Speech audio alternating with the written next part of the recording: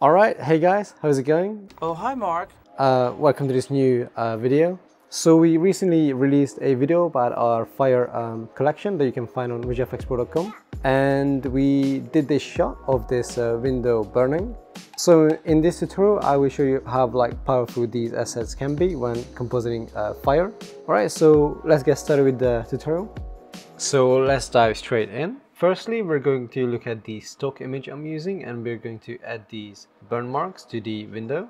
After that, we're going to add our fire elements and smoke elements into the window and the around area. And lastly, we're going to add our final smoke elements, or darkest black smoke elements, and then gonna add a little bit of a grade and some camera movement.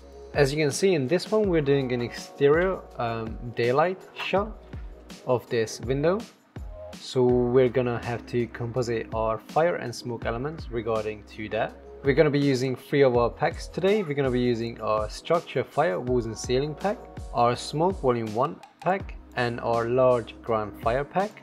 Alright, so firstly I'm gonna make a new composition and bring in the stock image. I'll have a link in the description for this stock image. I'm going to rename it to window comp 2. I'm gonna keep the resolution to be the original. Now straight away I'm going to create a new composition by pressing ctrl and N. I'm gonna make this a 1920 by 1080. Gonna have it as 24 frames per second and a duration of 4 seconds.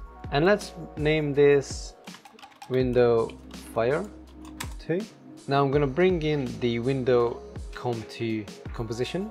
I'm gonna zoom back by scrolling and gonna grab it, press shift and start scaling it down. As you can see, the window comp isn't long enough, so I'm gonna go in here, I'm gonna press K and change the duration to be 4 seconds, also to be 24 frames per second. Drag the image all the way to the end, and now I'm gonna go into rotoscoping. So I'm gonna rotoscope out the window parts. I'm gonna click on the image, I'm gonna press G, or you can come up here and press this pen button, and I'm gonna start rotoscoping. I'm gonna click on the image again, press M, and just make this to be none. I'm gonna come up here and make my second mask. As you can see, these can be quite simple. I'm gonna click on mask 1, then press shift and click on mask 2, then change the mode to be subtract. You could feather it slightly. If you click on the image and press F, then again you can click on both and maybe feather it by 3 pixels depending on your shot. Alright, and now I'm gonna press Ctrl and Y, make it comp size. Gonna call this fractal noise number 1.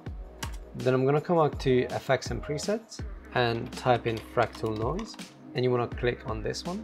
Now for this first one, I'm gonna increase the contrast and lower the brightness to maybe something like that. I'm gonna scale it up slightly. I'm gonna leave everything as the same. Then I'm gonna duplicate the image comp, drag it to be on top. I'm gonna click on the fractal noise number 1, come into the track matte and click on the first one, alpha matte. And now what we can do, we can click on the fractal noise and mask out a part. So we could do something like that.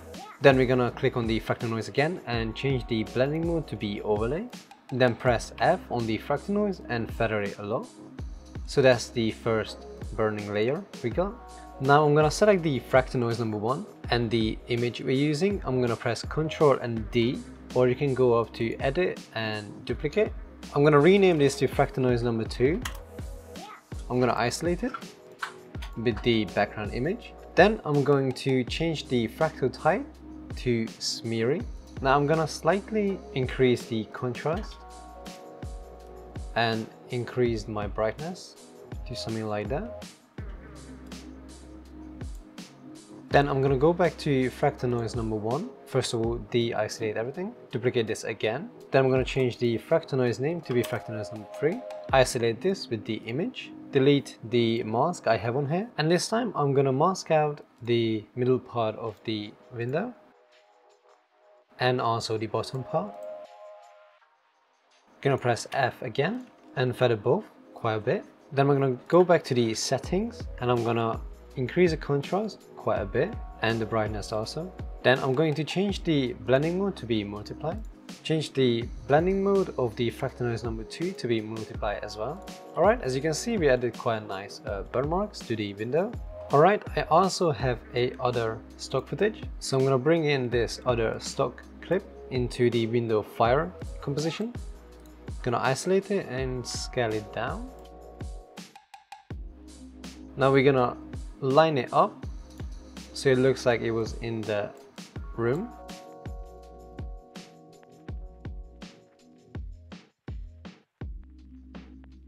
Something like that. So once you've placed your room element, I'm gonna pre-compose it by pressing Ctrl, Shift and C. Move all attributes into the new composition and change the name to room. I did not hit her. Then I'm gonna go into the effects and presets and search for exposure. And I'm gonna drag and drop the exposure from the color correction into the room layer. Then turn on the exposure quite a bit around there. Then I'm gonna search for the tint effect in color correction again. I'm gonna drag and drop that and change the white to something red orangey. So I'm gonna first add the large ground fire element to the interior of the room. So I'm gonna go into the large ground fire. So these fire elements come at 60 frames per second, but I wanna use them at 24. And I can go into the right ground fire element. I'm gonna right click, interpret footage, and change the frame rate to 24. And this is actually going to slow down the fire slightly. So I'm going to drag that down to be in between the window and the room. I did not. Isolate it and scale it down. Then I'm going to drag and find a good position. As you can see, these are quite intense fire elements. Alright, I'm going to go into the structure fire, walls and ceiling, and for these come at 60 frames per second as well, so you're gonna have to, depending on your shot, change the frame rating. So wall fire number 2 is the one I'm going to use. Change that to 20 frames per second. Bring it below the large ground fire. Then I'm gonna isolate it with the room and the window. Scale it down, skip ahead. And I'm gonna have that to be casting on the fire. If you can't really see the room where the ceiling starts, you can press this button here. And it's gonna make the effects disappear. So I'm gonna line that up around there. So this is the best time for me. I'm gonna turn back on the effects for the room. Then I'm going to make it into a 3D layer. Press W and slightly rotate it on the X axis to line up with the wall a little bit better. You can move it around. After this, I'm going to duplicate it and I'm gonna call this reflection. Then I'm gonna click on the Z axis and press Shift and start rotating. Turn it on the X axis again, bring it to be above, and this is gonna act as our reflection on the ceiling. I'm gonna search for the fast box blur effect, and I'm going to increase the blur radius quite a bit to maybe around 25. Then change the blending mode for the reflection to be add. Just pops out the color a little bit more. As you can see, that adds a separate fire element and add depth to the fire in there. I'm gonna bring in another large ground fire element to be on top. Isolate it and start skipping ahead. Also press S and scale it down. De-isolate it and I'm gonna grab it to be up there. I'm gonna press Q, or you can press the masking tools up here. And I'm going to cut the bottom off, then press F and feather it. Then de-isolate it. As you can see, that adds the top layer of the fire. But as you can see, there is a black layer in between that doesn't look very real. So I'm going to duplicate the large ground fire element, number 2. De-isolate it. I'm going to make it quite large, even rotate it slightly. And I'm going to skip ahead and place it to be on top of both. Okay, now I also want to add some fire emitting in the top part of this window, behind the window. So I'm gonna go down back to the structure fire, walls and ceiling. I'm gonna grab the ceiling fire windy number 5, grab it below the window, then isolate the window and that fire element. Press S and scale down that fire element. Then I'm gonna skip ahead on the fire. and place it around there. As you can see, it just adds a little bit more detail to the interior part. Now I'm going to de-isolate everything. Alright, and now I'm going to add the first smoke element. And the way we're going to do that is we're going to bring in the smoke number 8, isolate it, scale it down. And as you can see, because we're in 32 bits, our smoke element doesn't come with the black background as if it was in 8 or 16 bits. So to fix that, we're just going to bring in a levels and just slightly turn up the black amount, maybe something like 15 or 17, and you want to go until it's going to be black. And then we're going to search for an effect unmold, drag it on top, and now as you can see, it's transparent. So now we're going to put it into position, and you can skip ahead in the smoke element. I'll keep it around here. It is a little bit hard to see, but what we're going to do now is we're going to pre-compose the smoke element, Ctrl Shift and C, and just call it smoke a pre-comp. And then we're going to mask out the top part, press F and feather that.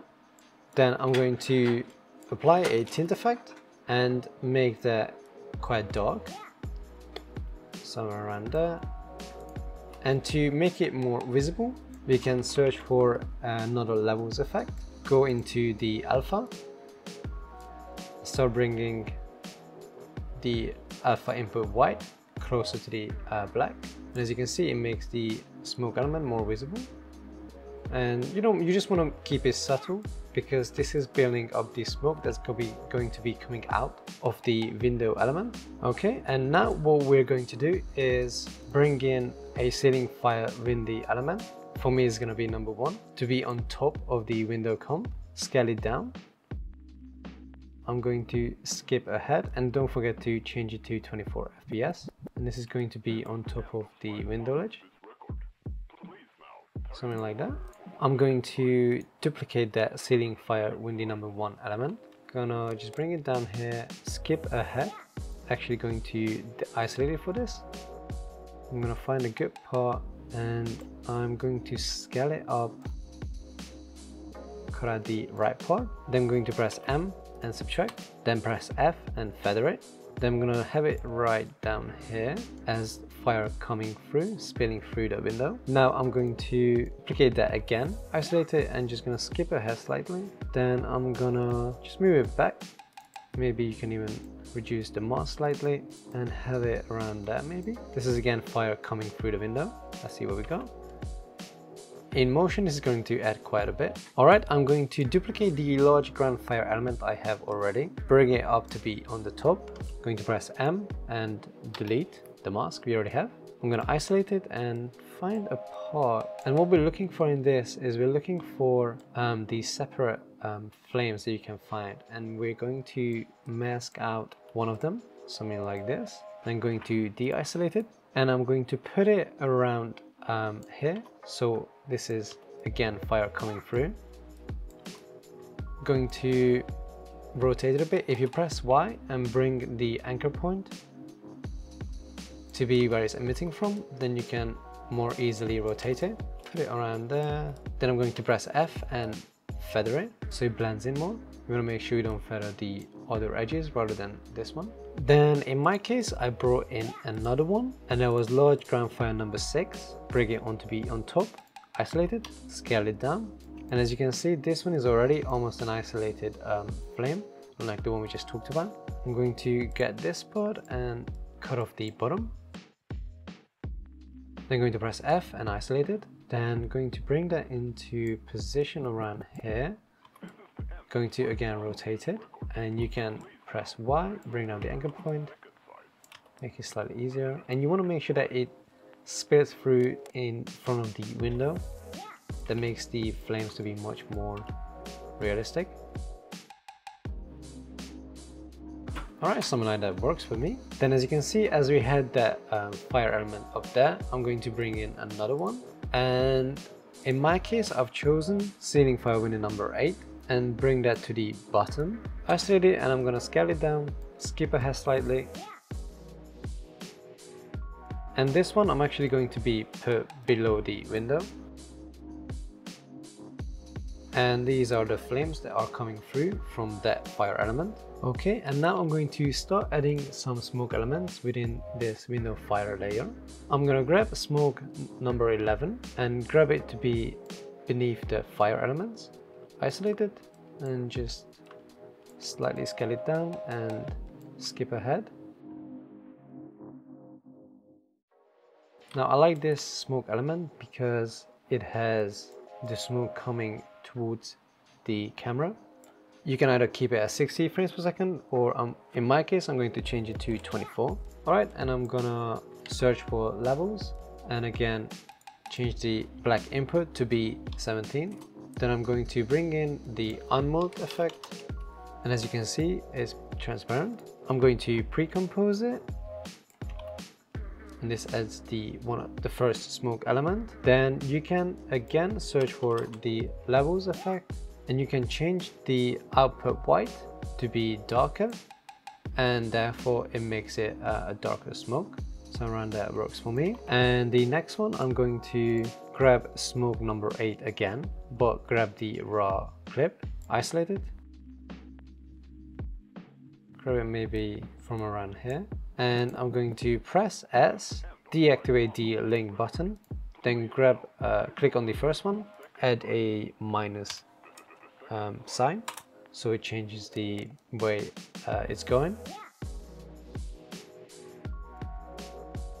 Okay, I'm going to again search for levels, change the input black level, then search for unmold, pre-compose this again, smoke number 8, pre-comp number 2, and for this one I'm going to grab a tint effect and make this into almost black.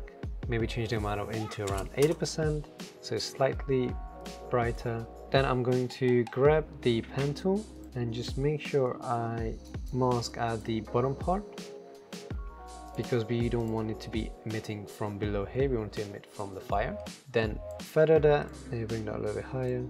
Then I'm going to grab another smoke element, smoke number 10, and you can do the same process for that. Isolate it so you can see where it's going. Alright, something like that works for me. Then I'm going to de-isolate it and cut it off from the top to be around just there. Feather it quite a bit. I'm going to copy and paste the tint effect. I'm going to change the amount to tint to 100% and change this to slightly orange, but a dark orange. There we go. Then I'm going to duplicate it, isolate it again, delete that mask. I'm gonna scale it down slightly. And I'm going to mask it out slightly around here. And of course feather that as well. And just going to press T and slightly reduce the opacity to maybe around 90. Alright. Then I'm going to make a new composition and call this final comp. In my case I'm just going to final comp number 2. Change the resolution to match the one with the window fire.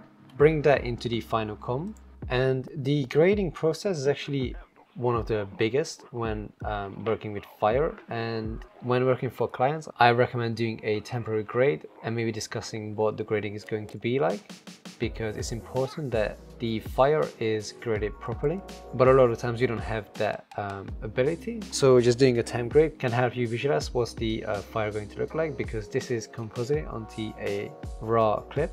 So as you can see, this is the temporary grade I did. As this is going for the promo video of the fire pack, I don't have to talk to anyone about it, but it's quite important that you do a temporary grade, as that changes the color of the fire quite a bit to be more realistic within the daylight scenario. I only did a very small amount of grading in this. I've changed the temperature to be more orangey and the tint to be more green, slightly made the exposure to be higher. I've used the film stock KDP400 PTRA. I've used some film grains and just added a little bit more contrast to the overall clip, and then in the end just added a vignette. But that is all I did to it. But we are not done here. We actually need to add a couple more smoke elements that I like to add in this final comp, because this is something you can see with the grade on, and it makes it a little bit easier to visualize. So I'm going to grab this smoke number 8 pre-comp, isolate it and maybe scale it down a bit and find the part I like. Maybe around here. As you can see, I zoomed in slightly, rotated it a bit, and I want to make sure I mask it out to be around the window. So I'm just going to do a comp, something like this, feather it a lot, of course. Then I'm going to bring in a tint effect, put it on the smoke, make it around black. For this one, I'm going to reduce the amount of tint to around 40%, so it's still quite bright. And to get more detail or more of the smoke, you can search for a levels effect, change the channel to alpha, and bring in the alpha input, the white part, so that's before and after. Then I'm going to duplicate this and delete the mask, isolate them, put it into position. You can also just isolate it like this, so you can see a little bit more. You might have to skip ahead on your clip. Okay, I use it from around here. And again, I'm going to make this time a tighter mask around the window, feather it. In this case, I'm going to make it even a bit more brighter. I'm gonna make it the amount of tint to around 20. And I'm going to change the opacity to maybe around 50%. So it adds a little bit. Then I'm going to duplicate it one more time, delete the mask, find the part I want, and for this one I want some more black smoke to be emitting from the top. Maybe this part looks good. I'm gonna press G again and gonna make a mask that emits around this part, something like that. And I'm going to make the tint quite big, maybe like 90%, so it's quite black, as you can see. Again, press F and feather the mask so it adds more of that black. And to make that a little bit more visible, I'm going to decrease the input white so it's quite a bit more visible. And that's the end of the tutorial, actually. Alright, so I hope you enjoyed this new tutorial, and I hope you learned something new when compositing fire and smoke elements. Check out our fire collection at vgfxpro.com, and you can also check out our smoke, blood and gun effects collections over at the site as well. We're going to be releasing a lot more collection coming very soon. So don't forget to like and share this video and subscribe for our future VFX collections and also our tutorials. Alright, thank you.